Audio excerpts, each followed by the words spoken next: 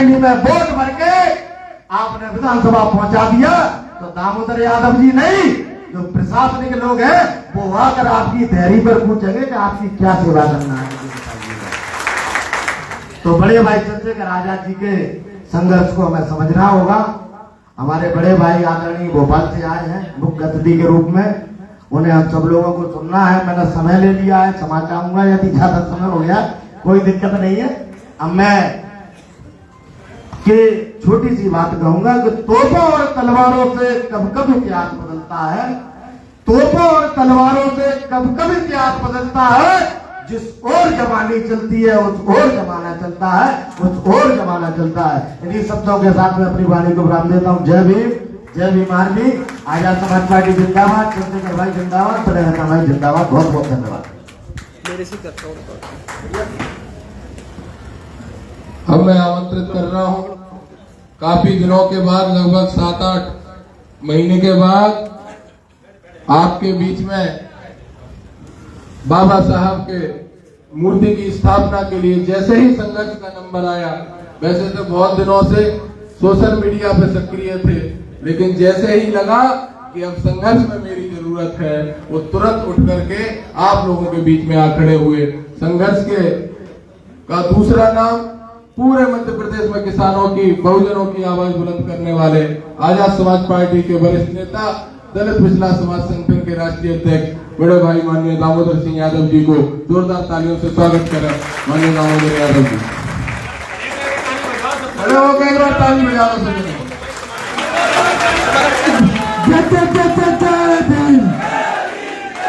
दामोदर भैया जिंदाबाद, दामोदर भैया संघर्ष करो, नेताजी संघर्ष करो।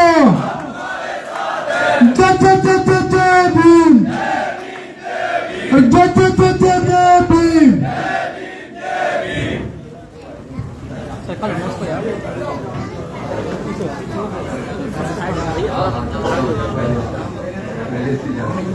मेरे से नाम रह गया था केशव यादव,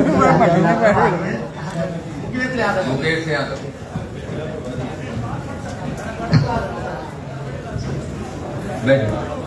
बैठ जाओ, सभी साथी पीछे वाले ही बैठ जाओ। थोड़ी सी असुविधा होगी क्योंकि पत्रकार साथियों को कवरेज करना है, लेकिन भगत जी काम चला लेना, ऐसे ही चल जाएगा। ठीक, सबसे पहले तो हमारे पूर्व महापुरुषों को प्रणाम करता हूं, उनके चरणों में नमन करता हूं, जिनकी बदौलत एक किसान का बेटा ऊंचिया से निकल के सिवड़ा पहुंचा, सिवड़ा से निकल के दतिया पहुंचा, दतिया से निकल के ग्वालियर पहुंचा, और उन्हीं बाबा साहब के संविधान की बदौलत एक किसान का बेटा भोपाल में भी दहाड़ने का काम करता है। ऐसे बाबा साहब डॉक्टर भीमराव अम्बेडकर को आपको प्रणाम करता हूं। महामानव महात्मा ज्योतिबा फुले जी को, माता सावित्रीबाई फुले जी को, मानवर साहब कांसीराम जी को, और सामाजिक न्याय की लड़ाई लड़ने वाले इस देश के अंदर जो भी विरोधा हुए हैं, बहुत लंबी लिस्ट है, उन सभी को प्रणाम करते हुए इस हॉल के अंदर इस वचन के साथ, इस प्रण के साथ, इस वादे के साथ अपनी बात शुरू करता हूं कि जिसमें जितनी ताकत हो लगा लेना, बाबा साहब की मूर्ति लग के ही रहेगी।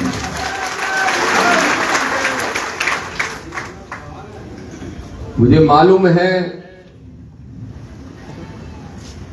कि मुद्दा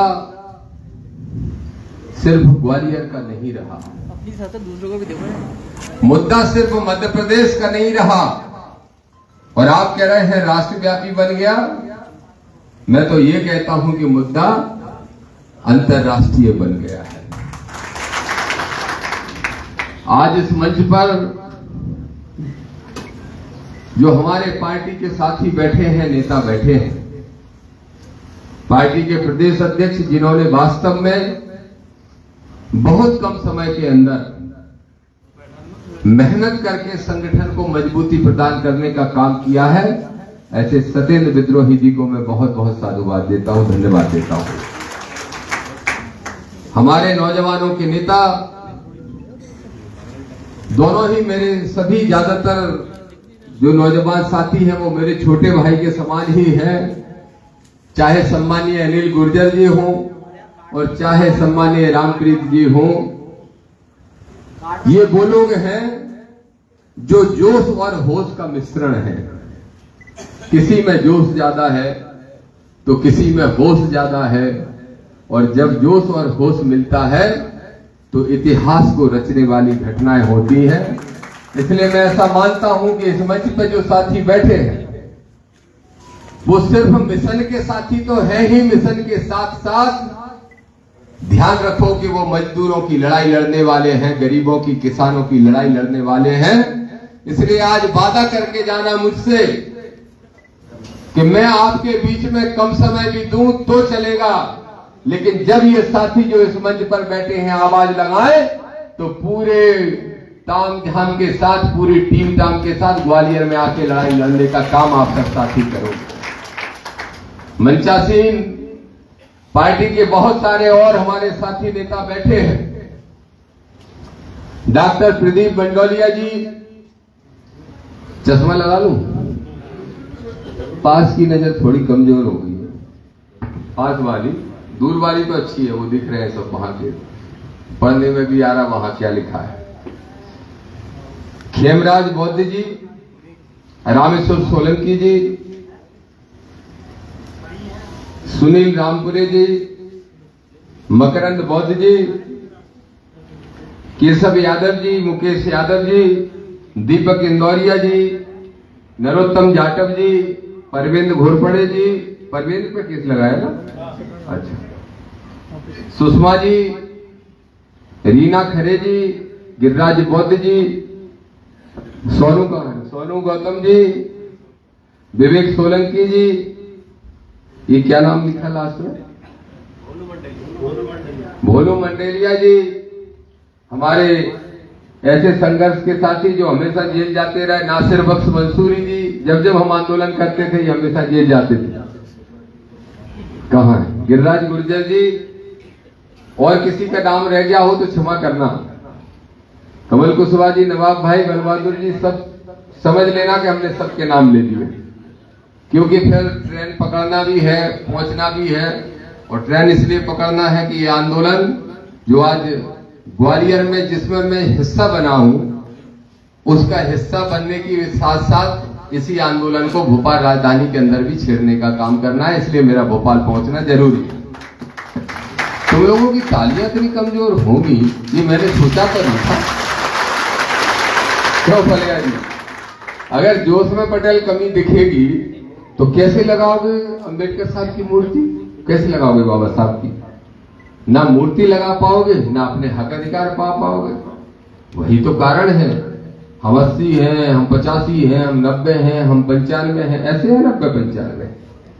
अगर 90-95 हो, क्यों सौरभ यादव जी भोपाल से आए, हमारे साथ छात्र नेता है, अगर 90-95 हो, बैंक भाई कहां है, तो 90-95 की संख्या और ताकत भी तो दिखाई देना चाहिए। सच बताऊं, मैं 1.5 घंटे से सोच रहा हूं कि तुम लोगों का जोश कहां चला गया भाई, कहां गया जोश, कहां है? राजेंद्र पाल साहब बताओ, कुशवाहा जी पाल साहब बताओ जरा, जाटव साहब कहां गया जोश? अगर मैं 1 साल से नहीं आया तो जोश में कमी लगने लगी, कैसे काम चलेगा? बाबा साहब, मान्यवर कांसीराम साहब, महात्मा फुले साहब इसके लिए संघर्ष कर रहे थे कि जब वो जो चले जाएंगे अगर इस दुनिया से, क्योंकि सबको जाना होता है, तो जोश में कमी आ जाएगी, और जोश में कमी आ जाएगी तो फिर लड़ते रहो ऐसी लड़ाइयां, ऊपर फट्टी करते रहो, बस आंदोलन बोलते रहो, जय जय जय जय भीम। अकेले जय भीम बोलने से तो सब कुछ नहीं हो जाएगा। अरे जो भीम ने कहा है वो करना भी पड़ेगा, लड़ना भी पड़ेगा, उसके लिए अपनी जान भी देना पड़े तो संघर्ष करना पड़ेगा। मेरे साथियों,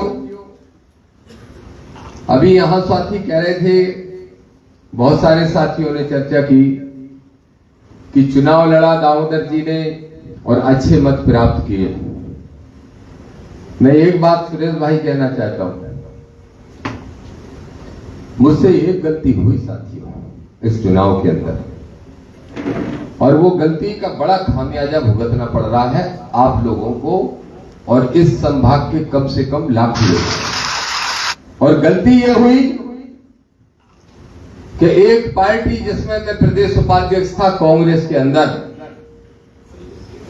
उस कांग्रेस को छोड़ने में, उसको ठोकर मारने में मैंने देर कर दी।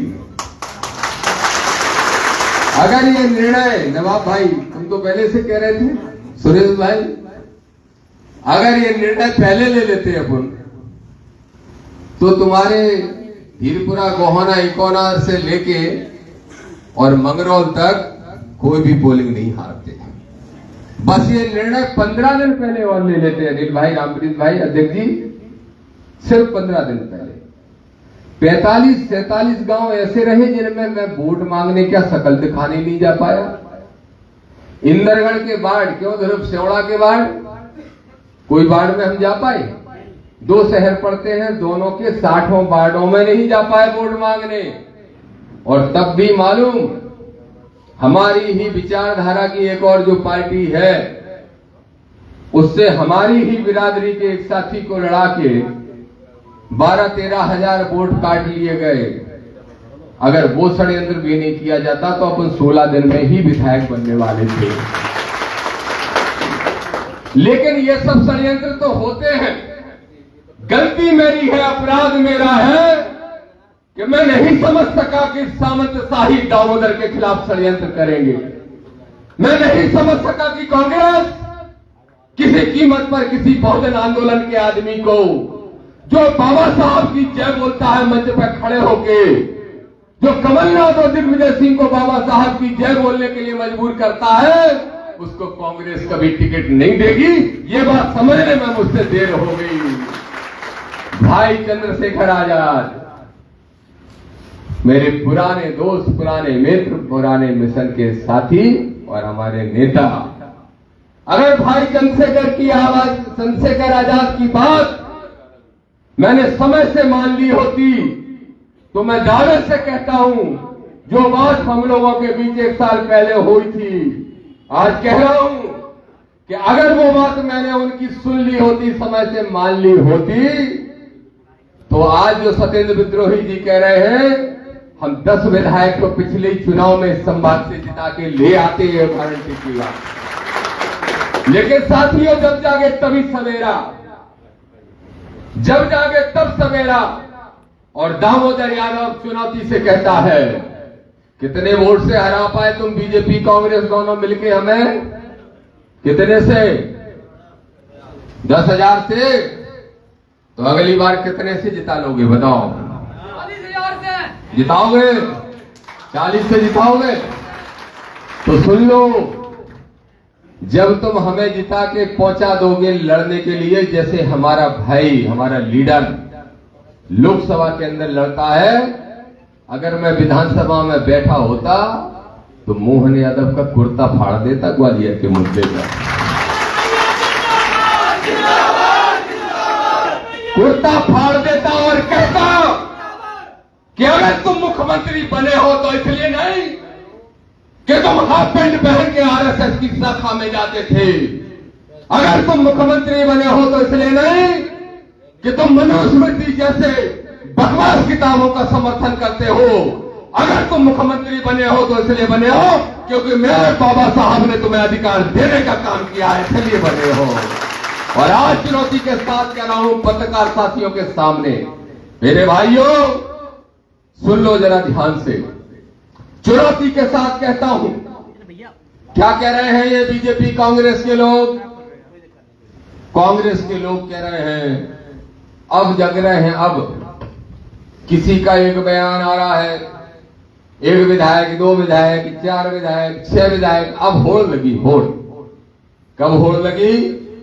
मेरे भीम आर्मी के जाबाज साथियों ने जब जंग छेड़ दी, तब जाके ये जागे, तब जागे हैं। और आज भी चुनौती से कह रहा हूं, सुन लो राहुल गांधी जी, आप कहते हो सदन के अंदर, क्या कहते हो? सदन में कहते हो सामाजिक न्याय की लड़ाई लड़ूंगा। अच्छा, बहुत अच्छी बात है, लड़ो। सामाजिक न्याय की अगर लड़ाई लड़नी है राहुल गांधी, तो कल भोपाल में आ रहे हो, आ जाओ ग्वालियर, आ जाओ, बैठ जाते हैं हाई कोर्ट के बाहर। अगर तुम वास्तव में अंबेडकरवादी सोच के हो तो आ जाओ मैदान में, नहीं तो वोट लेने के लिए गंदी राजनीति मत करो। रोज कहते हो हम सामाजिक न्याय की लड़ाई लड़ेंगे, रोज कहते हैं राहुल गांधी जी कि जातिगत जनगणना कराएंगे, जातिगत जनगणना कराएंगे। अच्छा सुरेश भाई, बहुत साथ दिए तुमने कांग्रेस में, जरा बताओ, जातिगत जनगणना कराने की जरूरत ही नहीं है।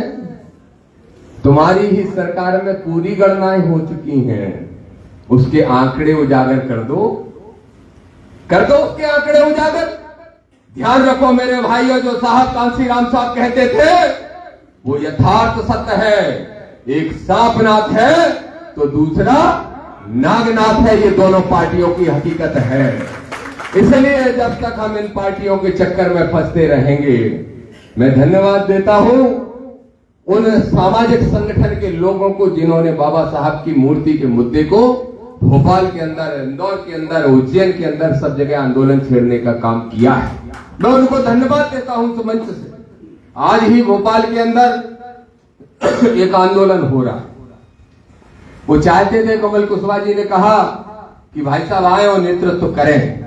मैंने कहा अगर आप पहले से समय ले लेते तो मैं ग्वालियर की तारीख आगे पीछे कर सकता था।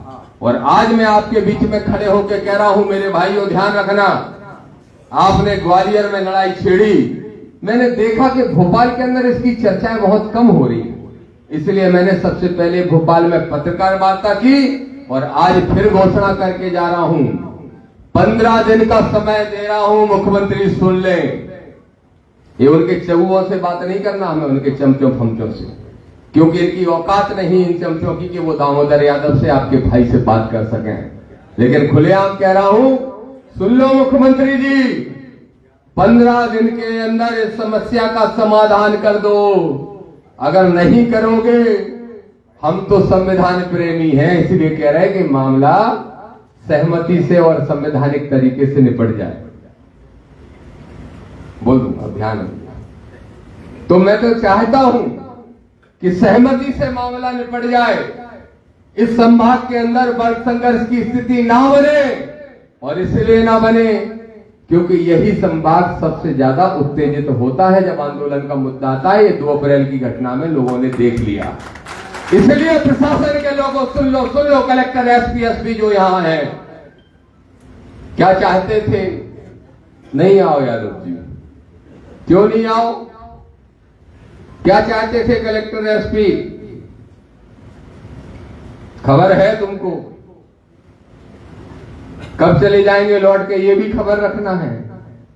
ये दोनों बड़े अधिकारियों को नहीं आओ, ये कोशिश भी कर रहे थे, इसलिए नहीं आए कि तुम्हारी कुर्सियां बची रहे और हमारे बहुजन मिशन के लोगों का सत्यानाश होता है, इसलिए नहीं आए।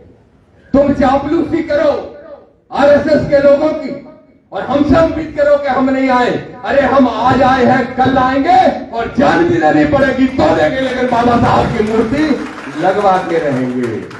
लेकिन कब लगेगी? मुझे खुशी है गुर्जर समाज के हमारे भाइयों ने भाई चंद्रशेखर का सबसे पहले साथ देना शुरू किया, पिछड़े वर्ग के लोग इस संभाग के अंदर। और जब तक पिछड़ा वर्ग कंधे से कंधा मिलाकर खड़ा नहीं होगा, बहुजन का आंदोलन पूरा नहीं हो सकता। ये बिल्कुल सच्चाई, और इस सच्चाई को स्वीकार करते हुए हमें ये बात भी माननी पड़ेगी कि पिछड़े वर्ग के लोगों कब खड़े होगे? कब होगे मालूम? जब ये कथावाचकों से तुमको राहत मिलेगी। चले जाओ चमत्कार देखने, जा बाबा वानो। अरे दुनिया में एक ही चमत्कारी बाबा है, वो है हमारा बाबा, हमारे बाबा साहब डॉक्टर भीमराव अम्बेडकर, और कोई चमत्कारी बाबा नहीं। अरे गरीब के बेटे को, किसान के बेटे को, मजदूर के बेटे को, गांव के रहने वाले को, जमीन पे बैठने वाले को आज सम्मान से अगर यहां खड़ा कर दिया, इससे बड़ा चमत्कार कोई नहीं कर सकता जो डॉक्टर भीमराव अंबेडकर चमत्कार कर सकते हैं। इसलिए कहता हूं पिछड़े वर्ग के लोगों, मैं देख रहा हूं 10 साल से जहां भी बाई रोड जाता हूं टेंट बहुत लगे रहते हैं। रामपुरीत भाई टेंट, हाँ काय का टेंट लगा? बोले फलानी कथा हो रही। कौन आ रहा? बोले पूज्य स्वामी जी फलाने आ रहे हैं। कहां से आ रहे हैं? कि फलानी जगह से आ रहे हैं। कितने पैसा ले रहे हैं? ये जरूर पूछते हैं। कितने दे रहे हो? बोले बोली लग रही। बोली काय की का बना दवा में पारी छत का कर रहे, हाँ पारी छत की बोली लग रही। और जो ज्यादा बोली लगा देगा, जो पारी छत बच जाएगा, वो तो सीधा जाएगा स्वर्ग में। टिकट उसका पक्का है। अरे मेरे भाइयों, अभी कौन सा मेला हुआ था वो योगी के राज्य में? वह कुंभ। कुंभ कितने लोग नहाए? कितने? 54 करोड़। 54 करोड़ का दावा तो पहले ही सरकार कर रही थी। इनका स्वर्ग बहुत बड़ा है। 54 करोड़ बन जाएंगे सरपंच, बन जाएंगे 54 करोड़। तो फिर क्या करेंगे? वहां भी हिसाब लगाएंगे। तुम एससी वर्ग के तुम बाहर, तुम एसटी वर्ग के तुम बाहर, तुम भी ओबीसी के चलो हटो। तो कौन लोगे? उन्हें खोलोगे जो कह रहे बाबा साहब की मूर्ति नहीं लगने देंगे। क्या उसी स्वर्ग में जाना चाहते हो पिछड़े वर्ग के लोग? किस स्वर्ग में जाना चाहते हो? यादवों, गुर्जरों, कुशवाहा, पाल, केवट, मांझी सब समझो। कौन सा स्वर्ग? अगर इस देश के अंदर कोई सबसे बड़ा स्वर्ग है तो वो है भारत की संसद और मध्य प्रदेश की विधानसभा। उसमें पहुंचने का हिम्मत करके दिखाओ। जबरदस्ती स्वर्ग नरक के चक्कर में फंसे हो, जबरदस्ती मूर्ख बने बैठे हो। अभी मैंने एक वीडियो पे, हमारे साथियों ने वीडियो डाला, कमेंट कर रहे थे कुछ यादव। क्या कह रहे थे? भाई साहब समय दे दो, बहस करना है। काय के लिए? बोले आप कैसे इतने सनातन विरोधी हो गए? कैसे इतने सनातन विरोधी हो गए? मैंने उनसे कहा कि ऐसे तो मैं किसी एक से बहस नहीं कर पाऊंगा, एक एक से अलग अलग, लेकिन नागपुर में एक बैठा है, अगर उसको बुला लो तो मैं बहस को तैयार हूं। समझ गए? नागपुर में कौन बैठा जानते हो? पीछे वाले। तो जो नागपुर में बैठा है, जो तुम्हारा कक्का है, बब्बा है, दद्दा है, उसको बुला लो, हम बहस भी करेंगे और उसको हरा के भी तुम्हारे सामने दिखाएंगे। तुम जैसे चौंगों से बहस करने की जरूरत नहीं है। मेरे साथियों, पिछड़े वर्ग के भाइयों, आज तुमको शपथ दिलाने आया हूं, तुमको कसम खवाने आया हूं। तुम्हें कॉल है, जौन को मानो तौन को। कौन को माना? गंगा को, जमुना को, सरस्वती, कौन को है? बताइए, आपको मानत के घरवाली को मानत? जौन को भी कॉल मानो पिछड़ा वर्ग के लोगों, तुम्हें हम कॉल खवावे आए हैं दामोदर सिंह यादव, कि जब भी बाबा साहब के संविधान की बात आए, बाबा साहब के सम्मान की बात आए, अपने हक अधिकार की बात आए, और जब भी भीम आर्मी आजाद समाज पार्टी का एक भी नेता आवाज लगाए, आंख बंद करके चले आना और उनका साथ देने का काम करना। बोलो कितने सहमत हो? सहमत हो तो ताली बजाओ, हाथ उठा के बजाओ, कम मानेंगे, नहीं तो बिहार पलट जाओगे बाद में जाके। जैसे ही घर लौट के बस ठीक है, जैसे ही घर लौट के पहुंचे और मिश्रा जी ने कही, कहाँ गए थे? अरे यार दाऊ, लोधी साहब कहाँ गए? लोधी साहब दिख रहे थे। उनने कहा लोधी साहब, उनने कहा वर्मा जी, दाऊ साहब, यादव जी, गुर्जर साहब, कुशवाहा जी, पाल साहब, काहे को सिद्धि बन रहे हो? इन चीजों से कभी भला होना है? अच्छा एक बात ध्यान रखो, अगर तुमने ऐसे काम करे तो हनुमान जी नाराज हो जाएंगे। सोई दाऊ साहब बुला गए, यार आज मंगलवार भी है, गड़बड़ ना हो जाए वास्तव में। क्यों कुशवाहा जी? यही होता है। तो मेरे पिछड़े वर्ग के भाइयों, हाथ जोड़ के प्रार्थना कर रहे, नहीं तो मर गए महात्मा फुले भी, मर गए अंबेडकर भी, मर गए कांसीराम भी, मर जाएगा चंद्रशेखर और दामोदर भी। तुम रोते रहोगे अपने कर्मों को, कभी तुम्हारी स्थिति को नहीं सुधार सकते अगर आज नहीं सुनेंगे। ये कहने के लिए आया हूं 85% किसकी हिम्मत है कि मूर्ति रोक ले बाबा साहब की? कैसे रोक सकता? वो नालायक कोई वकील, कौन सा, क्या नाम है उसका? देना पानी जरा, गुस्सा ज्यादा आ रही है, जोर की आ रही है, क्या नाम है? एक वकील है नालायक, नाम लेने लायक नहीं है। क्या कह रहा है? नहीं नाम लेना ही नहीं है ना, हमें तो ध्यान रख, हम जानबूझ के भूल जाते, चिंता नहीं करते। क्या कह रहा है? वे तो भारतीय संविधान के रचयिता ही नहीं है, उनने लिखा ही नहीं, और हमारा जोर चलेगा तो देश में कहीं मूर्ति नहीं लगने देंगे। देखो, ज्यादा चुनौती मत दो मिश्रा जी, अगर ज्यादा चुनौती दोगे तो मूर्ति तुम्हारे छत्तर पे लगवाए आएंगे और रोज तुम्हें से पूजा करवाएंगे।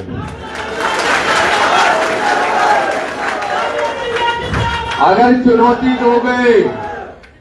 चुनौती दोगे, मुरैना से लेके पूरे संभाग की एक एक सीट पर वोट बंदी कर देंगे, जो इनने नसबंदी कहा। इनने नसबंदी कहा सत्येंद्र विद्रोही जी ने, इसलिए मैं हंस रहा था। हम वोट बंदी कर देंगे, और मालूम सबसे बड़ी ताकत तो एक ही वही है कि हम और तुम वोट दे देते हैं, और वोट बंदी कर देंगे तो वो तो तुम्हारे बड़े बड़े मिश्रा हैं, तुम्हारे बड़े बड़े मिश्रा जो आज भी सुरक्षा लेके घूम रहे हैं, वो कहां बैठेंगे? जहां हम बिठा लेंगे वहीं बैठेंगे, और जब वो वहां बैठेंगे तो तुम कहां जाओगे? इसलिए ध्यान रखो, चुनौती देने की गलती मत करो। और इतिहास के साथ इतनी बड़ी छेड़छाड़, क्या कह रहे हैं? मूर्ति लगना चाहिए तो किसकी? कौन है वो राव? BN राव। मैंने संजय से कहा जरा पढ़ के बताना ये कौन है। बोले आप नहीं जानते, हमने इसका नाम ही नहीं सुना। भाई अंबेडकर का नाम तो पूरी दुनिया ने सुना, उनका लोहा पूरी दुनिया ने माना, देश ने नहीं। ये कौन है, इसका नाम कहां से आया? भाई भैया हिस्ट्री पढ़ के बताई गई हमें। बोले ये सलाहकार था, क्या है, संविधान बनाने की प्रक्रिया में। हमने कहा उसके पहले क्या था? बोले जज था। हमने कहा कौन बनाते थे? बोले अंग्रेज। मैंने कहा ठीक, फिर इसकी क्या भूमिका रही? बोले कोई भूमिका नहीं रही। हमने कहा कौन बिरादरी को है जो तो बता दो। कौन सा ब्राह्मण? सारस्वत ब्राह्मण। देखो मिश्रा जी को अगर मूर्ति लगाने की भी इच्छा भई तो राजेंद्र प्रसाद की नहीं गई, कौन की लगा दो? BN राव। सुन ले मिश्रा वकील, हम बहुत तमीज से पेश आ रहे हैं, नहीं जानते तो इतिहास पता कर लेना और समझ लेना। ऐसी चुनौतियां मत दो कि वो चुनौतियां तुम्हारे लिए तुम्हारे गले की फांस बन जाए। सुधर जाओ, सहयोग कर दो और बाबा साहब की मूर्ति लगने दो शांति से। नहीं तो सुन लो, फिर कलेक्टर SP सुन लो। तुम कैसे हो हम तुम्हें जानते हैं, व्यक्तिगत भी जानते हैं सबको। सुन लो अच्छे तरह से, दो मुंह के लोग भी सुन लो, किसी गलत फहमी में मत रहना। भीम आर्मी का आंदोलन है, कोई बात नहीं, 500 लोग आएंगे हम कंट्रोल कर लेंगे, और जब 5 लाख आएंगे तुम्हारे कक्का भी कंट्रोल कर पाएंगे? कर पाएंगे? क्या अभी आवाज लगाई आपके बेटे दामोदर ने कि आ जाओ ग्वालियर हजारों की संख्या में? क्या आवाज लगाई? नहीं लगाई। क्या आवाज लगाई इस देश के नेता चंद्रशेखर आजाद ने? क्या आवाज लगाई अभी विनय रतन ने कि लाखों लोग आ जाओ? अभी तो हम समझा रहे कि समझ जाओ, और अगर नहीं समझे तो जैसी बात मेरी रविंद्र भाटी जी की और साथी चंद्रशेखर भाई से हुई है, मैं कह रहा हूं कि जो कीमत देना पड़े वो कीमत अदा करेंगे, लेकिन बाबा साहब के सम्मान में किसी भी प्रकार से समझौता नहीं करेंगे। उनकी स्थिति को लगा के हर हाल में रहेंगे। और कांग्रेसियों नाटक करना बंद करो, हाथी के दांत खाने के और दिखाने के और। हम देंगे हक अधिकार। कब दोगे हक अधिकार? आ जाओ। मैं तो कहूंगा उत्तर प्रदेश के अखिलेश यादव जी से भी, पीडीए की बात करते हैं, पीडीए की बात अखिलेश जी कर रहे हैं,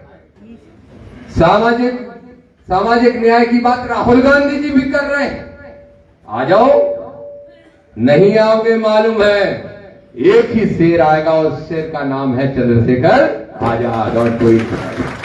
ये जो देश की राजनीति करने वाले लोग हैं, कोई नहीं आएगा। लेकिन हम एक बात फिर कह रहे हैं, आ जाओ तो आ जाओ और नहीं आ जाओ तो हमें जरूरत भी नहीं है। बाबा साहब के बच्चों में इतनी ताकत है कि वो अपना न्याय अधिकार हर हाल में लेने का काम करेंगे। बोलो, करोगे कि नहीं करोगे? पूरी ताकत के साथ करोगे? अच्छा, तुम लोगों को ये बोले थे जय भीम, तो क्या 4 में हाथ उठ रहे थे, 6 लोग बोल रहे थे? बताओ, भीम के बिना अस्तित्व नहीं है। पिछड़ो, कितनी बार समझाऊं, कितनी बार समझाऊं? माननीय मुलायम सिंह यादव तो इस देश के बहुत बड़े नेता रहे, श्रद्धेय नेताजी बोलता हूं मैं उनको। उनके साथ भी जब मैंने चिंतन बातचीत की तो वो भी कहते थे कि अगर अम्बेडकर साहब नहीं होते तो हम भी इस कुर्सी पे कभी नहीं पहुंच पाते। चाहे कांसीराम साहब हो, चाहे बहन जी हो, चाहे इस पूरे मूवमेंट के अंदर कोई भी नेता बाहर निकल के आए, वो सब बाबा साहब की बदौलत आए। और अगर आपका नेता ही आगे नहीं होगा तो आपकी हैसियत क्या होगी? और जानते हो कितने बदमाश है प्रशासन के लोग। 7 दिनों से हमें पीए के कान खा गए, पीए के। कितने बजे आएंगे, कहां जाएंगे, कैसा कार्यक्रम रहेगा, सुरक्षा लगाना है। मैंने कहा इतनी सुरक्षा दामोदर यादव की क्या कारण है भाई? फिर पता चला, साथियों से बात की कि क्या कारण है। बोले ये घबरा रहे हैं कि कहीं आप उतर के सीधे हाई कोर्ट की तरफ ना चल दो। मैंने कहा अभी हाई कोर्ट जाने के लिए नहीं आ रहा हूं, लेकिन सुन लो एसपी महोदय, जिस दिन हाई कोर्ट जाने के लिए आऊंगा तुम्हारे काका भी नहीं रोक पाएंगे, और जाऊंगा और उस युद्ध को जीत के भी दिखाऊंगा जो यहाँ पे वैचारिक आधार पे छिड़ा हुआ है। तो यही बात कहते हुए एक बात और मैं कहूंगा, पिछड़े वर्ग के भाइयों को एक बात समझाना आप लोग, सारे हमारे भीम आर्मी और राजा समाज पार्टी के साथियों की ये जिम्मेदारी है। ध्यान रखना, एक ही बात कहना, और शायद रामप्रीत भाई, अनिल भाई, सुरेश भाई, नवाब भाई, बल बहादुर जी, अमित राजपूत जी, पाल साहब, कुशवाहा जी, सब सुन लो और एक बात का सवाल का जवाब दे देना। शायद सोचा ही नहीं होगा, दूध वाले तुमने नहीं सोची होगी, सोच लो भगत जी, सुनो। एक बात बताओ, इस मध्य प्रदेश में एससी के लिए कितना आरक्षण है? 16% आबादी नहीं, इनके सरकारी आंकड़े में तो 16 ही है। 25 हो जाएगी तो इनके बाप को 25 देनी पड़ेगी, तो आंकड़े ही गलत बताते हैं। पिछड़े कितने हैं वो बाद में बताऊंगा। आदिवासी कितने हैं? मध्य प्रदेश की स्थिति को समझो, आंकड़ों को समझो। मध्य प्रदेश के अंदर आदिवासियों की संख्या 20%, तो उनको दे दिया 20% आरक्षण इनके आंकड़ों में। मध्य प्रदेश में एससी की संख्या कितनी? इनके आंकड़ों में 16%, तो दे दिया 16%। कितना हो गया? 36। 16 और 20 कितना हो गया? 36। अब पिछड़ा वर्ग के कितने लोग यहाँ हाथ उठाना? पिछड़ा वर्ग देखो, चलो खुशी है कम से कम यहाँ हाथ हो गए। पिछड़ा वर्ग कितने लोग? अब जरा तुम बताओ कि यहाँ जो बैठे हो पिछड़े वर्ग के लोगों, तुम्हारी मध्य प्रदेश में कितनी संख्या है? 63। चलो हम नहीं मान रहे, और कम कर लो, नहीं तो मिश्रा जी नाराज हो जाए, वकील वो हाई कोर्ट वालों कितने कर दो, हाई कोर्ट वाला वकील कितने कह रहा? चुंगन, चलो चुंगन ही जोड़ गई। ये बैठे एसटी के भाई, एसटी का शायद कोई नहीं होगा यहाँ, लेकिन इनको आरक्षण संख्या के अनुपात में क्यों मिल गया? सोचो, ये बैठे इतने पिछड़ा वर्ग के और इतने बैठे आगे, तुम्हें काय नहीं मिल पाओ? काय नहीं मिल पाओ बताओ? सबसे कम अगर आरक्षण किसी को मिल रहा है तो मात्र 14% पिछड़ा वर्ग के लोगों को मिल रहा है। 54% तो बेईमान है तुम्हारी संख्या। अगर एसटी की 16 है तो 16 मिल रहा, एसटी की 20 है आबादी तो 20 मिल रहा, और तुम्हारी 54 है तो तुमको क्यों 14 मिल रहा है? मालूम काय मिल रहा है? भागवत करा दो, सोई मिल जाए। मथुरा के ले जो पंडित जी अच्छे, जो 15-20 लाख लेते हो। एक जगह तो कुशवाहा जी बोले हमसे, भोपाल के करके नहीं, इंदौर भोपाल के बीच की बात है। बोले भाई साहब जरूर पधारना है। क्या? बोले विशेष कार्यक्रम है घर में। अच्छा, हमने देखो सरनेम कुशवाहा, तो हमें लगी कि शायद महात्मा फुले या अम्बेडकर साहब की मूर्ति लगा रहे होंगे। तो हमने कहा आ जाएंगे, लेकिन क्या कारण क्या है? बोले हमने 2 बीघे जमीन बेची, भागवत करा रहे हैं। हमने पंडित जी कितने ले रहे? बोले 11 लाख। 11 लाख हमने काको है जो बढ़िया जाना क्यों सोच रहा है भाई पाप पर हो जाता? जो सोच रहे क्या सोच रहे? कई लोगों ने को लग रहा है अरे बाप रे ये सुन के ही पाप पड़ जाएगा। मेरे भाइयों एक बात ध्यान रखो, अनिल भाई, रामप्रीत भाई, जब तक पिछड़ा वर्ग के लोगों का कमरा बंद बैठ के शुरू नहीं करोगे ये नहीं सुधरेंगे। ध्यान कर लो ये बात, जब तक कमरा बंद बैठ के शुरू नहीं करोगे ये नहीं सुधरेंगे। और इनको समझाना पड़ेगा ये तो पागल है, कौन से धर्म के चक्कर में जाको अतो पतो कितो नहीं है। जरा मुझे बताओ ये मनु कौन था? कौन है ये? बताओ तो जाने क्या करो। खेत जोतो, बगैर हाको, ट्रैक्टर चलाओ, भैंसे चराई, तो फिर पिछड़ा वर्ग वाले तुम्हें क्या माना सबसे ज्यादा जाकी बात? बताओ कौरव जी, क्यों मानते हो? किसकी कहानी मानते हो? उस मनु की जो तुमको पल पल अपमानित करता है, इन महिलाओं को अपमानित करता है, सबके हक छीनने की बात करता है। और देश की संख्या की स्थिति देखो, इस देश का कानून की स्थिति देखो। जयपुर हाईकोर्ट में मनु की मूर्ति, हाईकोर्ट में, किस आधार पे?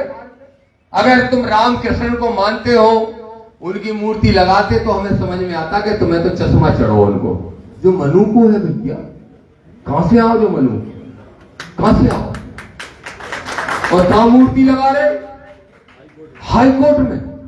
अरे हाईकोर्ट में अगर कहीं भी मूर्ति लगना चाहिए तो बस हमारे चश्मा वाले बाबा की लगना चाहिए, किसी दूसरे की नहीं। इसलिए इस ग्वालियर में खड़े होकर दामोदर यादव चुनौती के साथ कह रहा है कि सुधर जाओ प्रशासन के लोगों, और प्रशासन क्या सुधरे, सरकार सुधर जाए। सरकार को कह रहा हूं कि सुधर जाओ मुख्यमंत्री जी और मंत्री जो भी हैं, और इस बात की गंभीरता को समझ लें। ट्रेन का टाइम हो रहा, क्या कह रहे, कितने बज गए हैं? अरे अभी तो बहुत टाइम, अरे बहुत टाइम, सब कर लेंगे, चिंता मत करो। अरे हम टाइम का यूज कर लेते हैं, चिंता मत करो। तो इसलिए कह रहा हूं, अभी मेन बात तो रहेगी। अभी मुख्यमंत्री जी सोच रहे होंगे कि हमारे बारे में कुछ नहीं बोला। क्यों बेटा, तुम जानते हो मुख्यमंत्री को? तुम लोग हाँ, उनके मामा के यहाँ के हैं, किसी को क्या है जानते हो? है तुमने क्या वादा किया था अभी कि तुम मंच पे आके नारा लगाओगे, जय जय जय जय, लगाया जय भीम का नारा? अच्छा चलो, तो लगाओगे जोरदारी से। मैं बोलूंगा तुम तीनों लगाना, ठीक है? फिर सब लगाएंगे, पहले तुम तीनों बच्चे लगाना, ठीक है? बोलना है मेरे साथ, जय जय जय जय जय भीम।